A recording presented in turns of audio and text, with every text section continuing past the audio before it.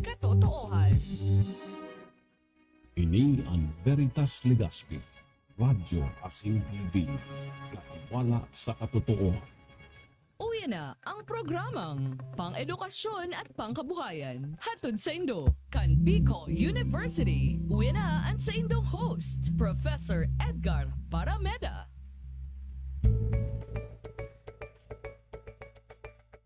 Okay, good morning po. Marinaga sa Indog About mga tugang. Pasensya, medyo nawara ako. nawara ako, bako ako updated. Naglipat na pala digdi sa ibong na building ang Radio Veritas. Ligi po man sa pareho pong compound digdi sa dating eskwelahan kang St. Jude High School. So sa pagkaroon siyempre kan sa kuyang partner, si Professor Edgar Barameda. Nasangon niyan po yaon dyan sa Patio de San Jose. Yan sa Malilipot Albay.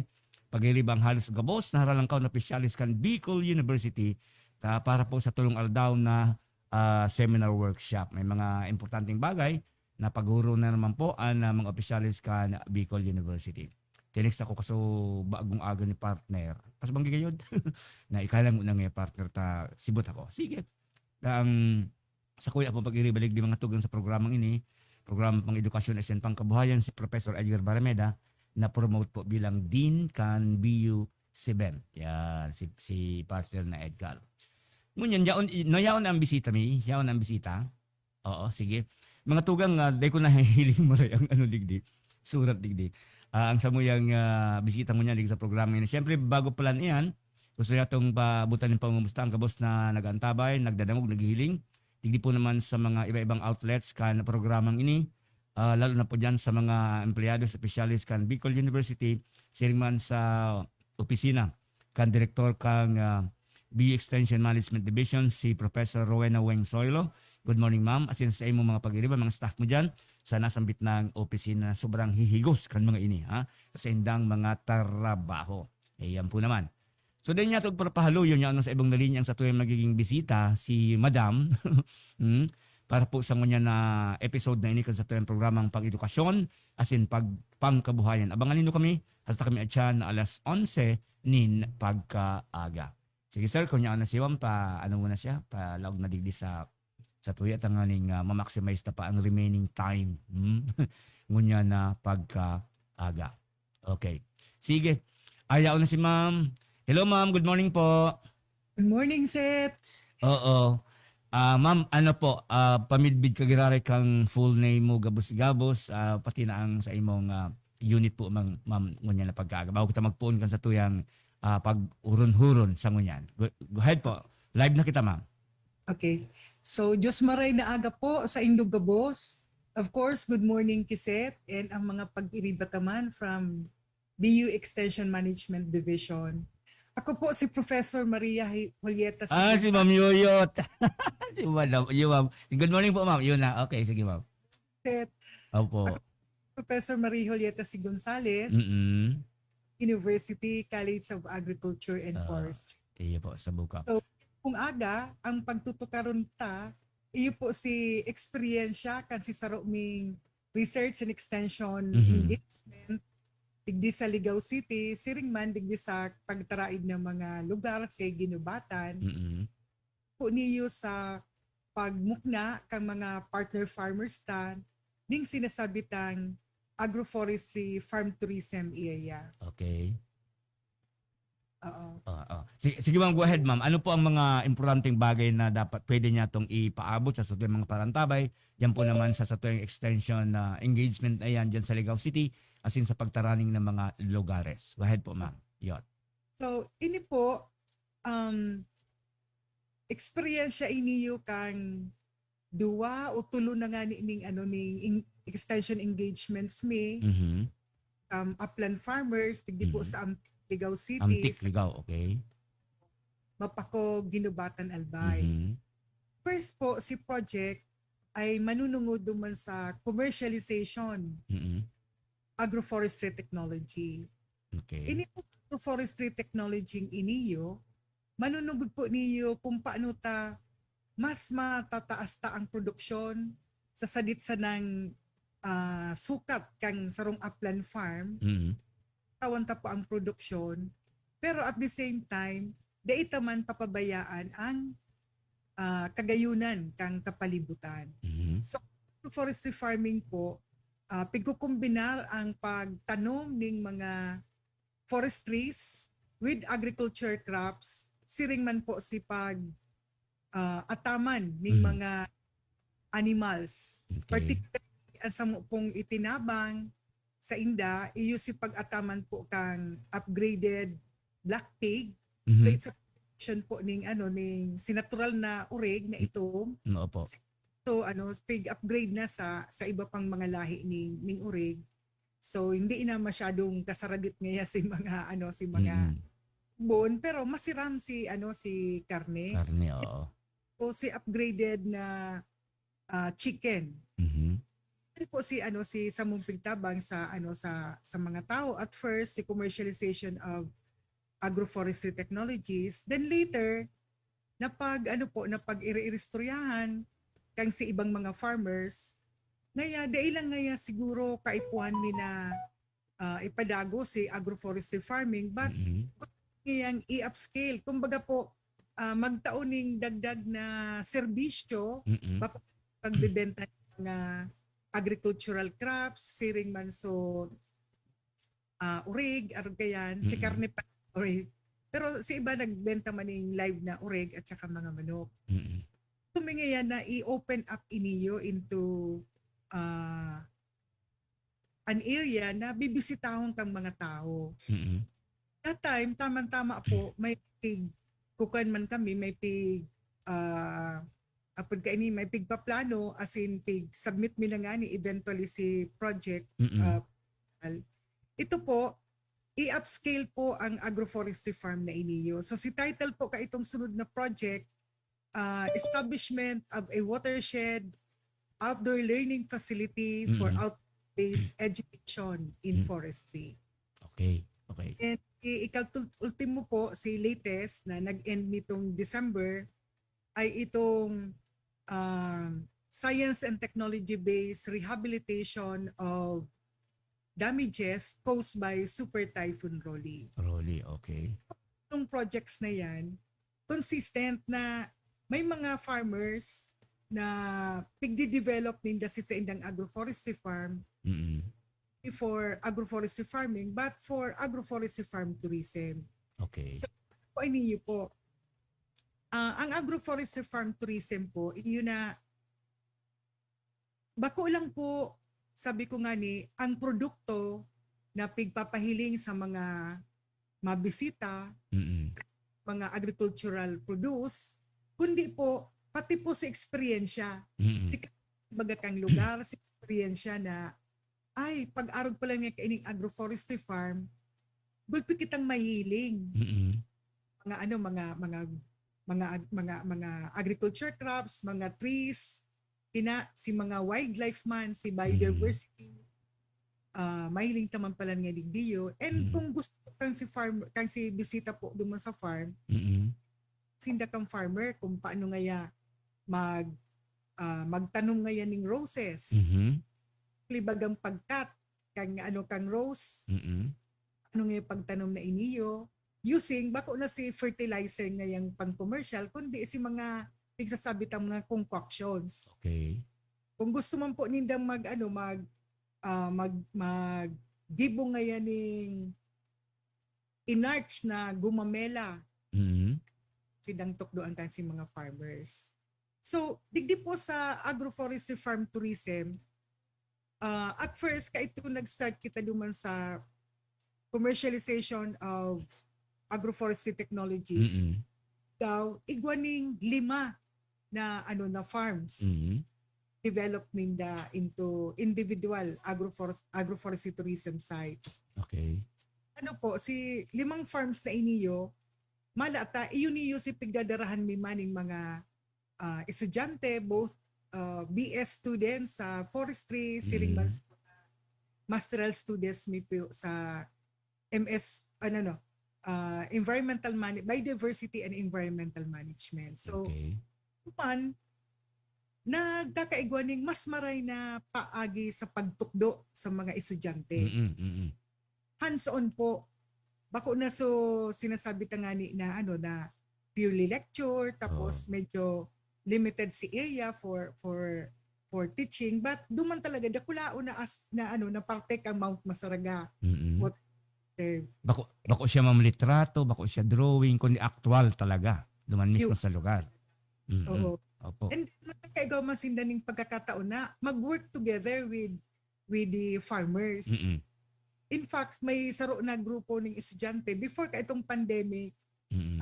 pag-set up pa sindaning saro po ning joint na simple research, farm research with the farmer, pigtukdoan mi po sinda kung paano adal. So Mhm. assessment po na kang biodiversity. Okay. O sa pirato, Tulong Farms, nagkaigwa po ning lista as in resulta ka itong anong mga diverse species ng mga kahoy, Mhm. pananom, siring man mga macrofungi, ano pa to, and insects na igwa sa kada farm. Okay. Little na realize ka ito kang si mga estudyante and then kan si farmer na saro pala iniyo na pwedeng pwedeng ipakita ninda sa mga bisita duma sa farm ninda. Mhm. So before ka itong nag-pandemic, may mga elementary students man na nagsasakat duman and hiling kang si farmer. Uni ang mga makikita tang iba-ibang klaseng hayop as in mga tanom digdi sa samuyang farm. Mhm. And students, the elementary students, nakakanood sinda. Ay araw pala ni kainiyo ang pagsasabi tang macrofungi because Mhm. picture mismo. Yes, oo. Oo. So ito po ang agroforestry farm tourism ay di man talaga ni pig apod kainiyo pig-isip direktamente tulos-tulos Mhm. but it evolves through a process po na dahil sa experience kan si mga tao. Mhm. Kaito pong nagkaigwang pandemic, mas gulpinang nagduduruman sa sa barangay sa Blue ay sa sitio sa Blue neto sa Antique. Mhm. May saro duman po, may duwad duman na There, sorry po apat talan ka itong agroforestry farms. Mhm. Magayunon si Daloy kan sa indaman na pagmantinir kan sa indang farm. Okay. Nag-aagad man lang po sindaning sa dito na entrance fee which Mhm. is 20 to 25 pesos. Mhm. Speak ang kada saro na na apod ka ini na bisita. Mhm. Nagayunan po ka ito duman, iyon na binibisita sinda ka mga tao because abo kan si mga tao baga sa sentro na mainit, masyadong suruk-sukan. So Mhm. duman free talaga ang aire, Mhm. etc. But then duman po sa areang ito, sa mga areas na ito, nagkaigwaman po ning pulisiya ang mga may sadiri ka itong agroforestry farms Mhm. na po magbabalgar duman sa protocol kang IATF. Okay. Oo. Magayon si Daloy Kuita na kaito, but then ang nangyari, nagbisita si Typhoon Rolly, Mm. Yun.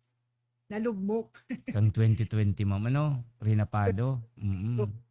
talaga sila. Okay. Out of the 4, may natada na lang po ning 2 because syempre di itaman kung si mga tao na kumbaga maamansinda po ning kapital to bring back si pero si saro man nga ni eventually nagtapos naman. It's because may dinaanan sinda ka itong aagian na farm to market road, so nakat ng farm. But there is one itong paayahayan sa Bulod, continuous po to na nag-ooperate sa Gudmunyan. Sagot nga yan. Okay. Sa farm tourism, iyo po na saro pong konsepto na kung saan ang sarong farm mas naiaangat ang sa indang kalidad kang sa indang serbisyo. Mhm. Bako lang talaga binibenta ninda, sabi ko, si mga agricultural produce, but binibenta man ninda si kagayunan kan si lugar. Yes. Binibenta Oo. ninda si magayon na na pag nagduman ang mga tao, nagiging relax ang mga tao. Mhm. Benta ninda si kagayunan kan si lugar ninda na saro pa lang ngayon niyo ng lugar na kung saan pwede kitang maka-attain ning peace of mind. Mhm. Medyo kaito bagang pandemic si mga medyo nagkakaigwa ning problema sa mental health. Mhm. Para sa lakaw-lakaw iyan, mga senior citizens niya unduman. Mhm. Pag Garo nagtutinda with the farmers, mm. ulpisin ang manunudan. Mm. Kay bagay. Yung nga ito may saro duman na na gurang one time, nag-agad siya ning ideya, paano ko daw nga gigibuhan ngayon ning paagi na ito nga yung iba-ibang colors of gumamela ko sa Mhm. harong. Mm. Itong mapagayon. So tinupdaan siya kay si Inarching Bagay. Nasa sarong poon, iba-ibang colors ning gumamela ang pwedeng itanom. So Mhm. umawon si man. And saro tong pwedeng saro tong pwedeng i-offer man na services kang si mga tao. Mm. Mm. Kang si mga farmers pala sa mga bisita ninda. Mm. So yan agroforestry farm tourism or ecotourism. Oo. Ma'am Yoyot, at a given time, mga pirang bisita ang tiga-alaw ta duman sa lugar na ito. Kaya itong height kang pandemic set, di syempre si mga estudyante naman kita online kita. Iya po. During the pandemic, yung policy ng ng sinet up kang per farm, Mhm. depende sa lawakan si farm. Pero Okay. para dai magkaigwa ning ning suruksukan, Mm. bisita per hour. Pira pong bisita, ma'am? 10. 10. Okay. lang. Mm. Para may social distancing. Mm. Stricto man talaga si May Sadiri. Paglaog duman, may notebook na pipirmahan. And then may si alcohol. And then dai talaga palaogon na mayo ning face mask. Mm. 1 hour lang sinda mag-ikot-ikot duman sa area. Then after that, hali naman sinda para sisunod naman na grupo ang maglalaog. Oo. Ano usually, ma'am? Usually, ma'am, ang mga nagbibirisita duman, talagang for educational purpose ang pinakang ninda. Kaya ito, ulay for students lang magakuta na tayo man to si intended talagang si projects. Opo. Habang nag-aaloy during the pandemic, mga iba-iba ng klase, more sa nagpapasyar. Okay. Share baga sa area. Pero kumbaga, naging na itong lugar para magkaigwa ka ng chance na to join with the nature. Oo, yun. Ma'am, yun bagang lugar na yun, ma'am, bako elevated po iyan, ano? You elevated sa Elevated. habaga kang Mount Masaraga. Mount Masaraga, oo. Protected. Yun ma'am sa nahiling tangbulod dyan sa may haran nilang sa Mayon Volcano, ano po? Oo, iyo. Yan ang Mount Masaraga. Oo. Ma'am, kung halimbawa igong interesadong mag-dyan, paano ang sistema? Ngunyan, gulpi na actually duman naka-open na na mga pasyaran. Pero puros ito private at bako man to sa tuya na pigtabangan. Ang Okay. pigtabangan ng farm, itong paayahayan sa bulod. Payahayan sa bulod. Okay. Nagralaog na tapig. Yun ang nag-ooperate talaga ito ever since si May Sadiri. Kita ang pigtao tama lang na assistance sa inda more sa technical baga. Okay. Kasi how to entertain visitors, etc. Hindi talaga nag-ooperate.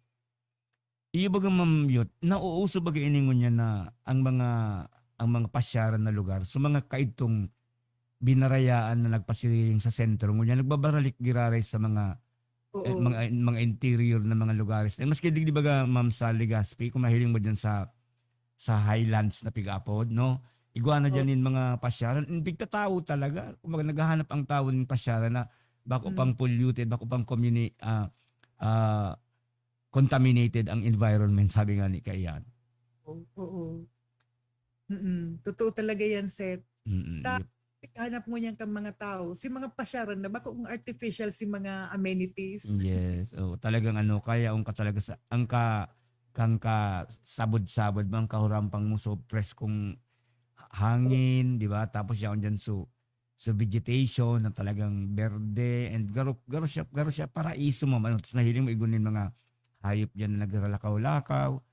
Yan ang nauuso talagang ngunyan. And, ma'am, after kang Rolly, nagkaigo kita ng rehabilitation efforts dyan. Oo. itong ang ginibutang rehabilitation efforts duman sa farm is yun na nga nito ning dagdagan si ibang amenities kan si farm para Mhm. mag resilient sinda sa nawara ako Oo. Ma'am, ang boses mo mamiyaon sa ano mo lang. Luya. Oo. Okay. So, si pigdagdag tang tabang sa inda is paano si sa indang agroforestry farm mas maging resilient. Okay. Ang agroforestry saro yan teknolohiya Mm. na piga climate smart technology. So, Mhm. yun na farming system sa upland in case na pig bisita ni sarong bagyo ang upland area, Mm. dai an sa indang tanom. Okay. Ta kung si usual na farming system na monocropping na kung sa insaro ay ang pig Tatanong. tatanom Sa given time, oo. pag inagyan talaga ning bagyo, talagang lugmok, kumbaga mayong kikitaon ang farmer. But with agroforestry, iba-ibang diverse na na mga pananom, Mm. isaro at least igwa pa ning pananom. Mm. But para maging mas resilient ang agroforestry farm ninda, tiningnan man ka itong project na rehabilitation of damages caused by Super Typhoon Rolly, Mm. masiguro na itong mga agricultural crops na tinanom duman sa agroforestry farm, dahil talaga masyadong affected na kang makusog na duros, as in makusog man na na uran. Na uran, okay. Duman na technology na pigtauta, si pigaapod na pigtukdo palan rather with the farmers, si pigaapod na pag-establisar ning mga shelter belts. Okay. Ini pong shelter belts na iniyo, packets iniyo, mga apat na linya ning mga trees, no? Ay mga given certain distances, si mga trees po na typhoon resilient, sa area or digdi sa Bicol region, pigtatanong po yan, shelter belt, para po pangsagang sa makusog duros as in sa makusog na uran. Okay.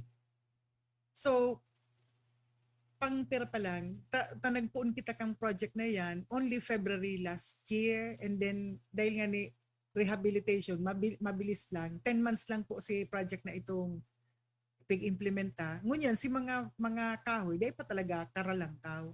Nasa walang sila mga 1 year, ta mga a year na seedling pigta kagta. So mga 1 year pa lang po si mga trees.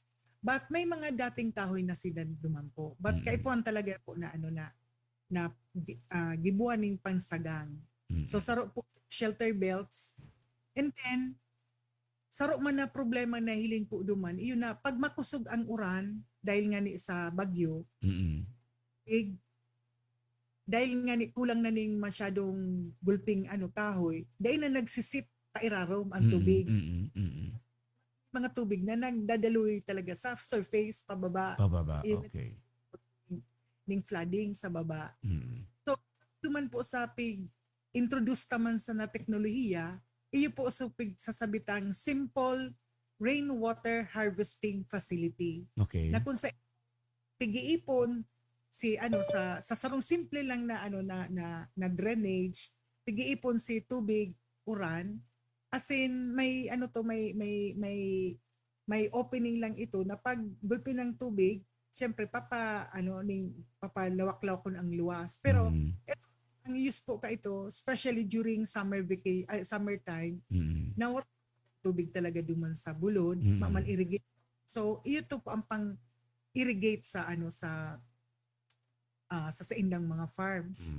There is even one farmer, dahil nga sa iyang rainwater harvesting facility, medyo harani sa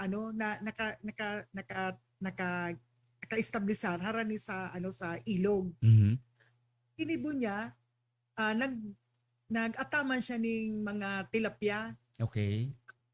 So sa agroforestry farming kaya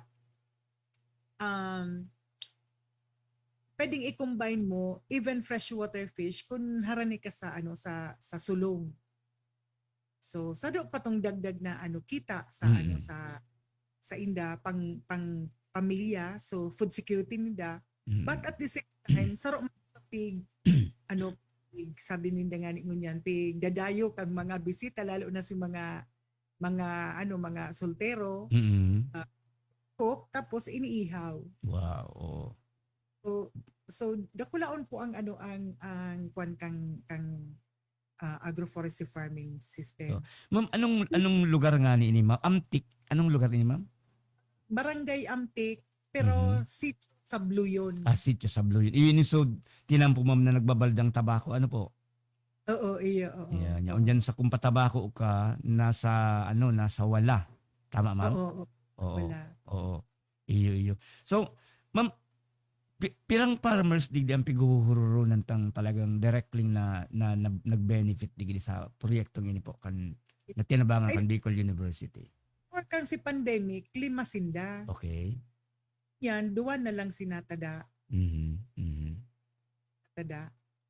Pero ang city government of Licao ay tinatabangan naman sinda. Kumbaga parang sinda na ang nagko-continue ka iniyo. Iyo po. Oo. Pero sa Ginubatan, may 2 farmer sa Barangay Mapako na gusto kang si LGU through sa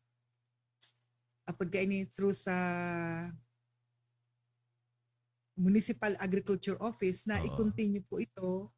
So now nagka-craft ning proposal to turn it into a learning agroforestry ecotourism sites ito. Iyo. Nauusong maray ini mga ecotourism na sa ka-agrotourism na yun, na talagang pigdadayo man kan mga bisita. Lalo na susawa nakahiriling kan darakulaon sa ng building. ang difficulty lang ka iniyo yung nga nito na dapat talaga there will be an outsider, halimbawa na tatabangan mga pobre man lang yung farmer. Oo. Capital to set up kaipuan talaga nindang assistance. Otherwise araw nga itong nangyari after kan Typhoon Rolly, then na nakabangon si Tulo. Iyo, yun ang medyo mamundong parte kang istorya, ma'am. Pag biglang pigbibisita ning mariringis na mga bagyo ang sarong lugar, ang saro kang sektor na talagang pirming direktang apektado, iyo pa ang mga parao, ma'am, mga farm workers, Farmers, oo. So kaipuan talagang, pero dyan sa Ligaw, ma'am, bantog man ang Ligaw, lalo na sa pamamayungan niyang kabago na naman na alkalde na bantog bagay si dating congressman ngayon, Mayor Nando Gonzales, na talagang grabe ang ayudang pigpapaabot niya sa mga paratano, ma'am. Yan ang gusto niya, anong mamamtinir ang pig-apod na food security, ma'am. Ang food security, oo. Kaya nga, ibagay ang mga farm to market roads dyan sa Ligaw, medyo marahay. And igunin mga bagsakan, mga araw kaya na talagang pinagigibo ang LGU Ligaw. Tangaling maayudahan ang mga parao. Matang sabi niya, maski igwa kanin sakong kwarta, kung wala ka maning mababakal, dahil magigariling kahulugan. Tapos ang kagayunan, iyon na nga itong nagigibo siya ng farm to market road Yes, because yun ma'am. linking the farmers to markets. Yan talaga ang Market. dapat na Iyo. tutukan.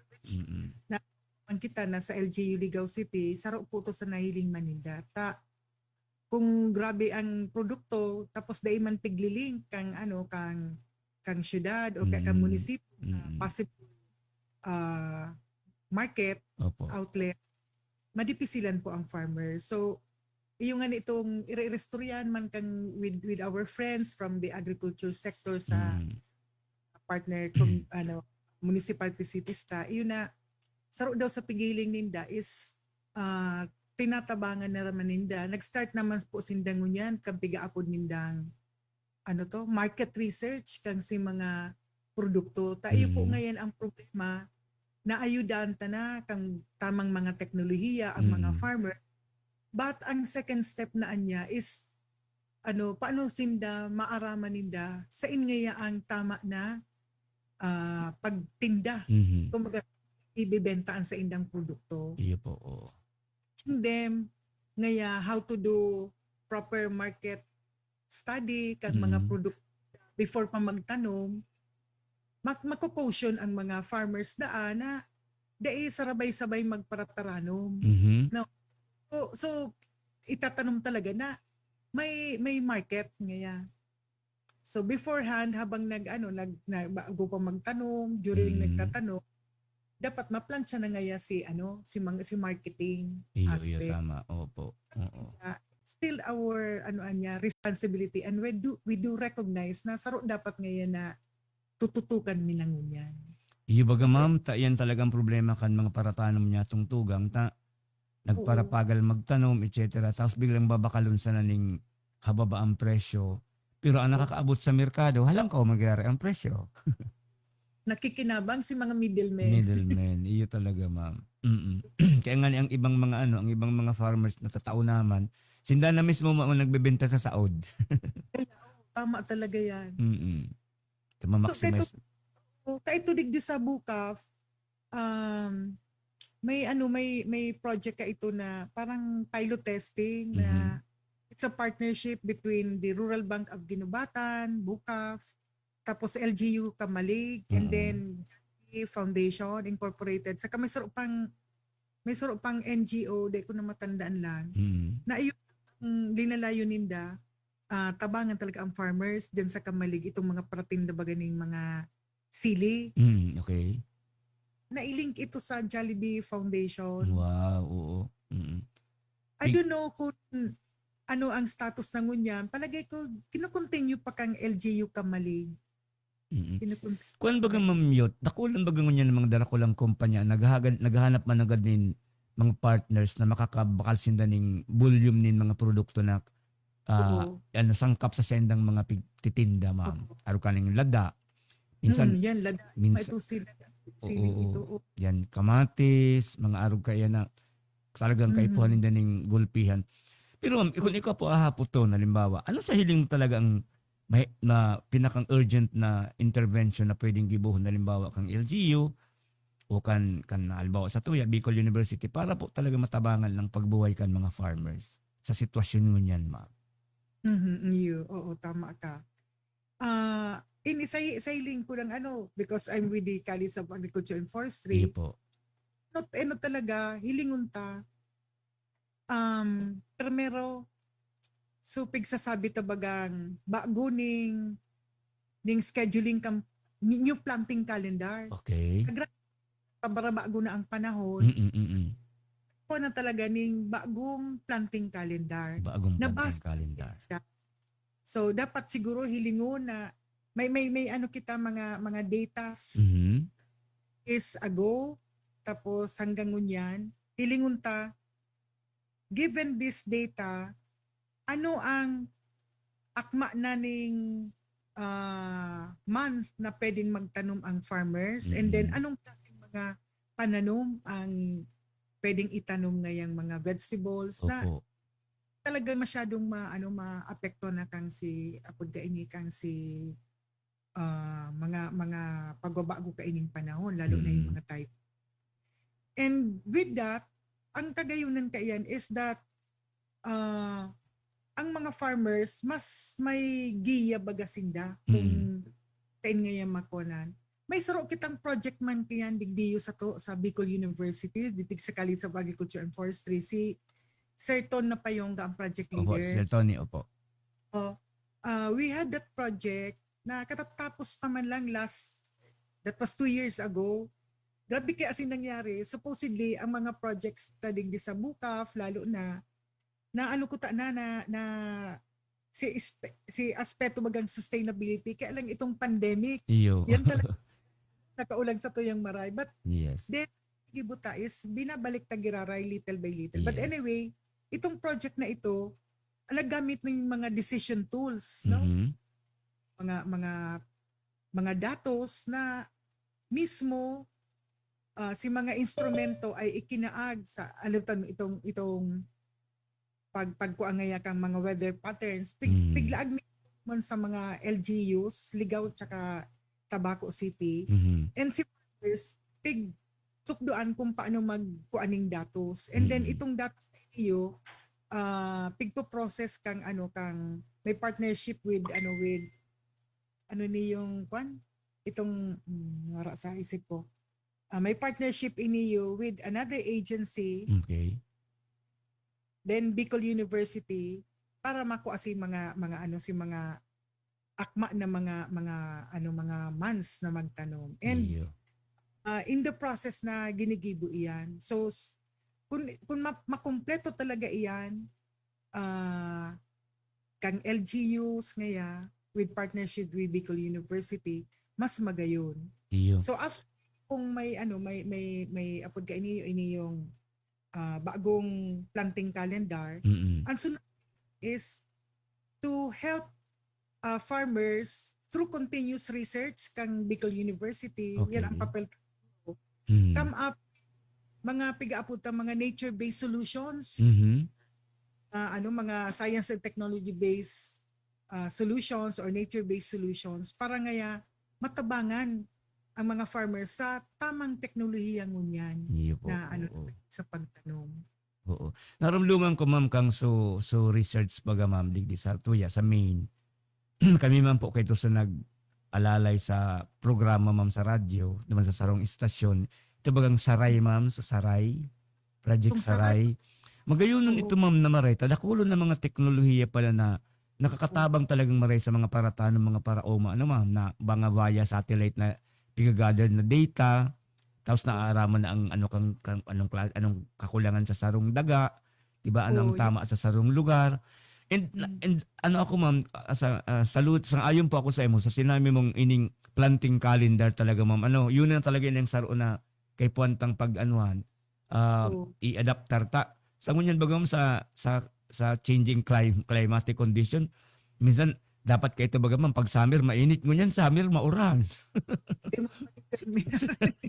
Di ba? Ma'am? Summer na ngayon, mauran na. Mm.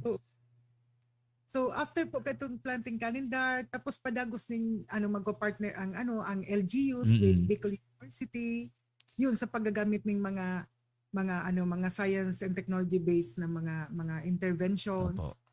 Dagos kitang saro na itong sabi mo nga yan nga ning sa Saray project, yan Mm. si Opo, opo. Digdik Dr. Tonman arog man kaiyam po na magamit kita ng mga equipments, no? Opo. No na padagos tang i-upgrade man ang skills kang si mga technicians, kang si mga farmers. Dahil ang farmers po sa set sa tuyang Oo. experience sa Bicol University Extension Office, Mm-mm. pwede sindang i-empowered through our Yes. kakulpi pong farmers na reliable po talaga. Mm.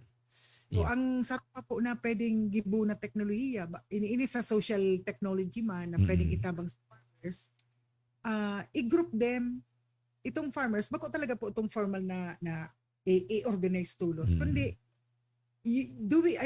parang using their own pace, mas epektibo po si PIG sasabi ta pong grouping them into self-help group. Yes. Oo. So, self-help group, sila mismo ang determinar kung ano ang gusto nilang mangyari in the future. Pero of course, may technical assistance sa academe from Bicol University. And then, they will be the one to come up with their own policies. Arog kayan sa saindang grupo. Mm-mm. And ang kainiyo, ining sa self-help group, based naman sa experience sa pakikipagtabangan sa INDA, ang Bicol University, nagka-come up sinda po ning savings mobilization. Yan siguro po ang sarap pa pong dapat panunta. Yeah. Pagkuhan sa savings mobilization, in fact, ginigibo na, nadadango po ngunyan sa ibang mga microfinance institutions. Amo naman yan ang apo ninda, inaapo na nindang self-help groups, no? Opo. So, ning savings mobilization, as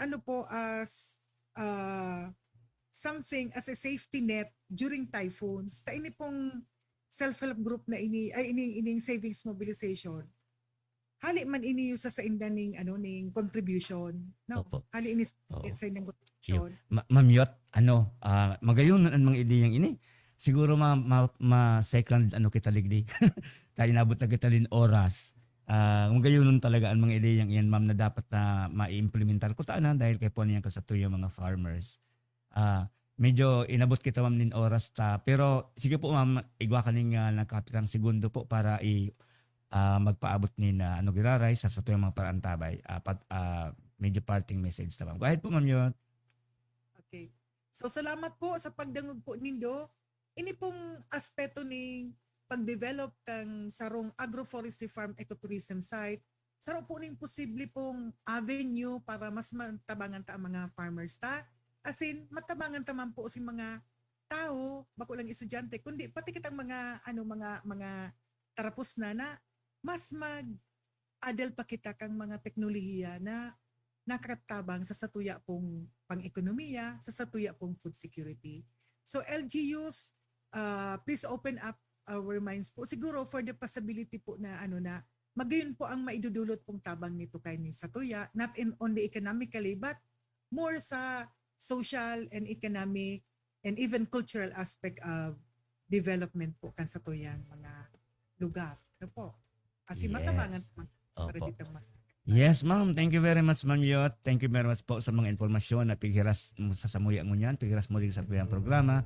Siyempre, ma'am, sa pangaran ka sa tuyang mga opisyalis sa Bicol University, sa pangaran ni Ma'am Yoyot Gonzales, diyan po naman sa BUCAF, sa pangaran na po kang College of Arts and Letters, sa kuyang din si Dr. Leticia M. Lopez, sino sa pangaran kang Direktor kan BU Extension Management Division, sa pangaran ka sa iyong partner si Professor Edgar Barameda, ako po si Seth De Matera. Salamat sana kan sa inyong pagantabay hasta sa maabot na Huwebes Giraray, digdi sa parehong istasyon. Good morning po sa kapos.